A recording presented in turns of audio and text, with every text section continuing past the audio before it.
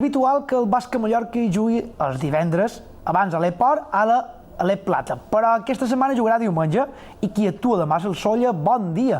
L'equip solleric visita la pista del Celta de Vigo, un equip amb el qual juga una mallorquina, Marina Delgado, i que tradicionalment no li ha anat massa bé l'equip de la Vall.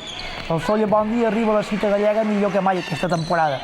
D'una banda, ha viatjat el dia abans del partit, tot un luxe actualment per a qualsevol equip pels problemes econòmics de tothom. A més, l'equip de Jorge Méndez ha recuperat la moral després de sumar dissabte passat el primer triomf de la temporada davant l'Ex-Trugàs.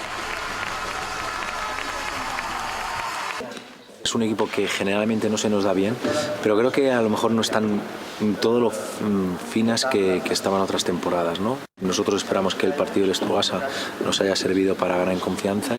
Ellas van a intentar marcar un ritmo bajo de anotación y de correr poco, y nosotros todo lo contrario, ¿no? Y quizás nos encontremos algunas defensas zonales para ralentizar el juego y bueno, quizás el que se acaba de marcar su ritmo se llevará el partido.